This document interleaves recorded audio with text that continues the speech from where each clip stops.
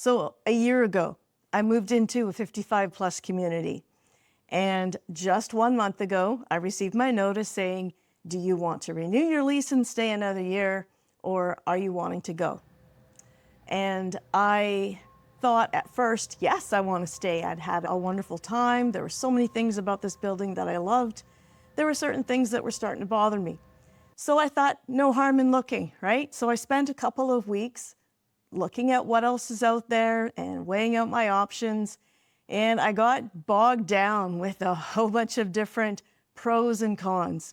I decided to put it out to YouTube and ask for some feedback, because maybe people out there would be able to see a different angle that I didn't see, because sometimes you're just too in it and you can't really see it objectively. And wow, did YouTube ever deliver? And so grateful for all of your comments, your suggestions. And you know what? It worked. But here's the thing. It didn't work the way that I thought it was going to. You know, they say, if you want to make God laugh, tell him your plans. Because wow, the outcome of this story is so different than what I thought it ever would be. Hi, my name is Lisa, and welcome to the channel. So let's start off with some of the issues that I had. Number one is that there was going to be a $450 pet fee for my cats for every single year that I was here. And I think what really bothered me about that was more than just the money. I mean, the money seemed ridiculous to me too, but it was more the principle that this was not made clear when we first did our lease agreements. It says a one-time fee. So I expected a one-time fee, not a one-time fee per year. But as I started looking around, I saw that other places were going to cost me even more. So for example, I talked about another place that was a possibility, and I discovered that it was going to be $50 per pet per month, not a one-time fee per year, but per month. So that was $100 per month. So that was going to cost me $1,200 per year just to have my pets. Another place I looked at was $600 up front and then $50 per month for the year. So, you know, we're talking $1,200 again every year just for being able to have my cats. Anyway, a few of the comments really kind of pointed out hypocrisy I had about how I was complaining about the pet fee being about looking after common areas, and I was saying my cats were not in the common areas. And then I showed pictures of them running up and down the hallway. So yeah, I totally get your point. I was thinking it was like the amenity areas and the grounds. They're not peeing in the elevators, things like that. But I truly do get your point. So the way I was going to rationalize it in my mind is the $450 could be like my cat's gym membership. Another point that became abundantly clear to me as I was looking around is that there are going to be people who are going to complain no matter where you are or where you work for that matter. It reminded me of going back to my last year of teaching, and I was in a wonderful school, wonderful people, but there was a core group of my peers who would get together every single lunchtime and just complain nonstop about the administration, just you name it, they complained about it. And I ended up having to avoid them. I think I had lunch with them maybe 5 times in the year, because when I came out of lunch, I just felt so down and negative, and I had to preserve my own peace, because this was going to be my last year of teaching, and I didn't want to walk away with that kind of negativity. And an interesting thing is that I went to go visit a friend of mine who moved into that building that I talked about with, it had an enmeshed sort of solarium type deck, and walked around the building, sat in his solarium, and it was, you know, beautiful for him. It was full of plants. It was kind of like reminded me of a sunroom, and even had that sort of like humid kind of quality. And honestly, all I could think of was, this is a lot of windows to have to wash. And when you're on the higher floors and having to wash those windows, that becomes really difficult. And the building has said they're not washing the windows because they had other priorities this year. So I kept thinking, this is not the kind of fresh air in the face kind of feeling that I want from a deck. So even though it sounded wonderful on paper, actually being there, I realized it was not for me. And then as he and I are walking down the hallway, we run into some people who live in the building, and the first thing they did was complain about something in the building. And it just hit me like a ton of bricks that, you know what, Lisa, no matter where you go, there's going to be some people who are always going to try to make the best of things and put a positive spin on what's going on in our world and our buildings, and other people who are just going to find something to complain about. And it didn't matter where you lived. So in all honesty, after 3 weeks of looking around, weighing it all out, I decided I was going to stay. I even came back to my building, ran into somebody, shout out to Mike, and said, hey, between you and me, I'm staying. And then something happened. A few of you in the comments said, you know what, Lisa, I think what you're doing is weighing out things and giving them equal weighting. Figure out what your most important priorities are and make your decision based on the weighted pros and cons, not so much just a one-to-one. So for example, this island, I love it, but is it as important as a reduction in rent? Absolutely not. So I went back to my list and figured out, of all these things, what is most important to me? What suits my lifestyle at this stage of my life? Because at 59, I'm going to have very different priorities than I will when I'm 79. So what suits me now? And I figured out what my 3 top priorities are. Number 1 is proximity to my kids. I look after my grandkids fairly regularly, and my drive to their house is pretty short. So I wanted to make sure that I stay in the exact same area that I'm in. I really like this area. It's close to everything that I like, including my kids. So I do not want to move out of this neighborhood.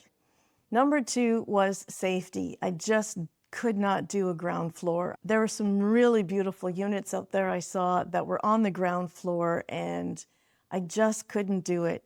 I have some history, and not to get too personal, but I had some break-ins. I had somebody who basically stalked me, and I just feel much safer if I'm higher up, because then, when you're on the 4th floor, you don't look out the window and see someone looking at you. I can't do that again. So being higher up meant a lot to me. And my 3rd top priority was reducing costs. I want to be clear that moving into this 55 plus community was not a mistake. I really, really enjoyed my time here. I danced more, I sang more, I made a bunch of friends, I played a bunch of games. It was a lot of fun. And if I was older, I would definitely stay. But the truth is, my lifestyle is not conducive to this place at this time. Because I'm gone so much with looking after my grandkids, or I have other interests that keep me occupied, such as YouTube, or looking after my mom who has Alzheimer's, or going on the occasional trip.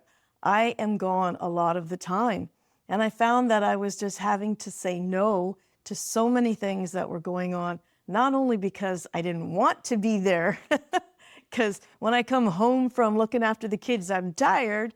So the last thing I want to do is facilitate movie night or have to, do some sort of obligation like write up minutes to a meeting. But I also found that I was feeling incredibly guilty by not being able to be to a lot of these functions. So it came to the point where I was thinking, well, then what's the point of being here? And I mentioned in my last video that I feel like I'm taking a spot of somebody who would be interested. And I know that I have every right to be here because I'm over 55 and da-da-da-da-da. And I know it's a me thing. This is just my feelings, but it's not something that I can shake.